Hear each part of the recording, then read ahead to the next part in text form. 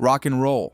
Rock and roll emerged in the United States in the early 1950s as a new musical genre born from the intersection of several traditions: rhythm and blues, gospel, and country music. This style took root in African American communities in the South, where artists like Sister Rosetta Tharpe, Fats Domino, and Big Joe Turner used amplified instruments and dynamic rhythms to create an innovative musical form. Despite their decisive contributions, they were often sidelined in the commercial circuits of the time. In 1954, Elvis Presley's recording of That's All Right for Sun Records marked a turning point. A young white singer from Memphis, Presley drew heavily from the vocal and stage styles of black musicians, helping to popularize rock and roll among a wider audience. Other artists like Chuck Berry, Little Richard, Bo Diddley, and Jerry Lee Lewis also helped define the genre's core elements: electric guitars, rhythmic lyrics, and high-energy performances. Technological and media advances helped accelerate the development of rock and roll. The rise of portable radios, jukeboxes, and 45 RPM records made the genre more accessible, especially to young people. Television shows like American Bandstand brought these artists to national attention. This era also saw the emergence of a true youth music market, with rock serving as a cultural identity marker. Despite its success, rock and roll faced strong opposition. Religious and political figures denounced its supposedly subversive influences. The genre's African American roots and its celebration of the body and individual freedom sparked public debate. Yet these criticisms only bolstered rock's popularity as it continued to spread nationwide. By the late 1950s, rock and roll was firmly entrenched in the American music industry. The tragic deaths of figures like Buddy Holly, Ritchie Valens, and the Big Bopper in 1959 marked a key moment in its history. Still, these events didn't slow its rise. Rock and roll entered a new phase, ready to evolve into forms that would define the next decade: British invasion. In the early 1960s, a musical phenomenon from the United Kingdom profoundly reshaped the global rock scene. Known as the British Invasion, this movement truly began in 1964 with the arrival of the Beatles in the United States. Their appearance on The Ed Sullivan Show drew tens of millions of viewers and marked a pivotal moment in American music history. The Beatles' success paved the way for a wave of British bands conquering the US market: the Rolling Stones, the Kinks, the Animals, and the Who. These groups reinterpreted blues, rock and roll, and folk with a fresh aesthetic. Their songs, often more aggressive or sophisticated than those of their predecessors, redefined audience expectations and left a lasting mark on the music industry. Each band developed a unique identity. The Beatles blended vocal harmony and sonic experimentation. The Rolling Stones opted for a raw, provocative style, while The Who brought theatrical destruction and conceptual storytelling to the stage. This diversity reflected the cultural ferment of the 1960s, a time of social upheaval, protest, and a rising youth consciousness. Economically, the British invasion disrupted the music industry's status quo. American labels revised their strategies, and international tours became more common. This era also marked the album's emergence as a full artistic statement, gradually replacing the single as the standard unit. The British invasion unfolded alongside broader socio-political movements. The 1960s saw civil rights campaigns, pacifist activism, and challenges to traditional authority. British artists joined this cultural shift by incorporating social, psychedelic, or philosophical themes into their lyrics. By the decade's end, the movement gave way to more psychedelic and progressive musical forms. Yet its impact endured. It contributed to rock's globalization, professionalized bands, and established new artistic standards that would shape future generations. Hard rock. Hard rock emerged in the late 1960s, mainly in the UK and the US, as a louder, more amplified evolution of rock music. It was defined by distorted electric guitars, intense rhythms, powerful vocals, and commanding stage presence. Drawing from blues rock, psychedelic rock, and garage rock, hard rock quickly carved out its niche. Among its founding acts, Led Zeppelin holds a central place. Formed in 1968, the band blended raw energy with musical sophistication. Deep Purple, active during the same period, favored technical prowess, marked by memorable riffs and virtuosic solos. Black Sabbath, also formed in 1968, introduced a darker tone, tackling themes like death, war, and religion, laying the groundwork for heavy metal while remaining rooted in hard rock. In the 1970s, the genre expanded globally. Australia's AC/DC built its identity on simple, effective structures and energetic performances. In the US, Aerosmith blended hard rock with blues influences, while Kiss captivated audiences with elaborate visuals and spectacular concerts. Queen pushed the genre into melodic and theatrical directions. Hard rock remained distinct from heavy metal, which grew faster, darker, and more technical. Hard rock kept a more traditional musical structure and melodic richness, making it more accessible to mainstream audiences. The 1980s marked a commercial peak, with glam metal's rise, defined by catchy choruses, media saturation, and flamboyant visuals. Bands like Bon Jovi, Motley Crue, and Def Leppard packed stadiums and dominated MTV. Hard rock became a mass cultural product. By the late 1980s, its influence waned, challenged by grunge and alternative movements. Yet many hard rock bands continued to record, tour, and influence the music scene. The genre remains a cornerstone of rock history, known for its power, longevity, and cross-generational appeal. Glam rock and punk. At the turn of the 1970s, two opposing currents emerged almost simultaneously within rock music. Glam rock emphasized flamboyance and theatricality, while punk rejected any form of sophistication. Together, they represented two different ways of challenging established norms. Glam rock originated in the UK, championed by artists like David Bowie, T-Rex, Roxy Music, and Sweet. These musicians embraced the codes of performance and pushed them to extremes: makeup, androgynous outfits, and provocative postures. Their music remained accessible, built around pop structures and catchy choruses, but image played an equally vital role. Bowie, through his alter ego Ziggy Stardust, introduced a new aesthetic in which performance was as important as the song itself. At the same time, punk was taking shape in the urban centers of London and New York. It emerged as a reaction against what its supporters viewed as the excesses of commercial rock. Bands like the Sex Pistols, The Clash, the Ramones, and Dead Boys rejected virtuosity, extended solos, and elaborate production. Their music was raw, loud, and often chaotic, featuring lyrics that were either politically engaged or cynically humorous. Punk celebrated spontaneity, attitude, and autonomy, often operating outside the traditional structures of the music industry. Though glam and punk had different aims, they shared a common desire to break away from convention. Glam rock challenged gender norms and embraced ambiguous personas, while punk directly attacked institutions, the media, and politics. Their audiences were distinct, but their cultural impact was comparable. Glam rock reached its peak in the early 1970s, influencing fashion, television, and even film. While it didn't gain widespread popularity in the US, it paved the way for glam metal in the following decade. Punk, on the other hand, developed around local scenes, fanzines, and independent labels. It never dominated the charts, but left a deep mark on the identity of alternative rock. By the end of the decade, glam rock was fading, while punk evolved into new forms like post-punk, hardcore, and new wave. These subgenres continued punk's original energy while incorporating more diverse and sometimes experimental elements.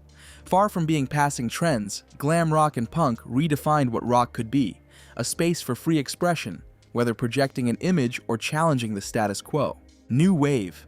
New wave emerged in the late 1970s as an artistic and technological response to the evolution of punk and the rise of new sonic possibilities. While retaining punk's spirit of rebellion, it chose a more melodic, visually driven, and electronically experimental path. This movement took root mainly in the UK and the US, gaining momentum through bands like Talking Heads, The Cure, Blondie, Devo, and Duran Duran. These artists introduced synthetic sounds, drum machines, and cleaner production, contrasting with punk's rawness. Guitars were still present, but now shared the soundscape with keyboards and digital effects.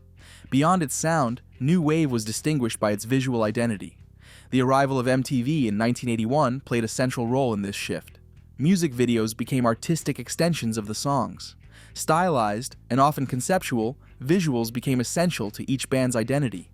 Hairstyles, makeup, and fashion all became part of the message. Lyrically, new wave addressed a wide range of themes: alienation, modernity, consumer society, and detached love. The tone could be cold, ironic, or even absurd. This dissonance contributed to a unique atmosphere, one of emotional distance and a search for identity in an increasingly technological world. Commercially, new wave achieved major success. Bands like The Police, Eurythmics, and a-ha found massive audiences both on radio and television. Their ability to blend accessibility with inventiveness allowed the genre to reach a wide demographic. From nightclubs to living rooms, new wave songs became omnipresent. Structurally, new wave was not a homogeneous genre. It encompassed a variety of subcurrents, some leaning toward pop rock, others toward post-punk, funk, or even avant-garde. This diversity enriched the movement, though it also made its definition somewhat elusive. By the mid-1980s, new wave began to evolve. Some bands pursued more commercial sounds, while others veered into darker or more experimental territory. The movement laid the groundwork for synthpop, goth rock, and alternative indie. More than just a musical style, new wave represented an era where technology, image, and sound merged. It marked a transition in rock towards a more electronic, conceptual world, deeply shaped by emerging media. Grunge and Britpop. In the early 1990s, two major movements redefined the rock landscape, each rooted in a distinct cultural context. Grunge, born in the United States, expressed deep discomfort and disillusionment with consumer society and the legacy of the 1980s. Britpop, emerging shortly after in the United Kingdom, instead embraced national pride and pop-driven optimism in opposition to American dominance. Together, these two movements reflected the social and musical tensions of a generation in flux. Grunge took shape in Seattle at the end of the 1980s, growing out of a local scene influenced by punk, metal, and indie rock. Bands like Nirvana, Soundgarden, Pearl Jam, and Alice in Chains developed a heavy, saturated sound that was emotionally raw. Their lyrics explored dark themes: loneliness, depression, social alienation. The aesthetic was minimalist, even disheveled, a deliberate rejection of the visual excesses of 1980s glam metal. Nirvana's Nevermind, released in 1991, marked a watershed moment. The album became a global hit and thrust grunge into the cultural mainstream. Yet this sudden exposure clashed with the underground spirit and anti-celebrity ethos that originally fueled the movement. Kurt Cobain's suicide in 1994 came to symbolize, for many, the end of this era. Meanwhile, in the UK, Britpop emerged as a direct counter to grunge and American cultural influence. Bands like Blur, Oasis, Pulp, and Suede revived a focus on British themes and styles. Drawing inspiration from 1960s rock icons like the Beatles and the Kinks, their music featured clear melodies and lyrics rooted in everyday life. Britpop celebrated optimism, but also explored class identity, nostalgia, and a uniquely British sense of humor. The media-fueled rivalry between Blur and Oasis, especially their simultaneous releases in 1995, turned into a national spectacle and cultural milestone.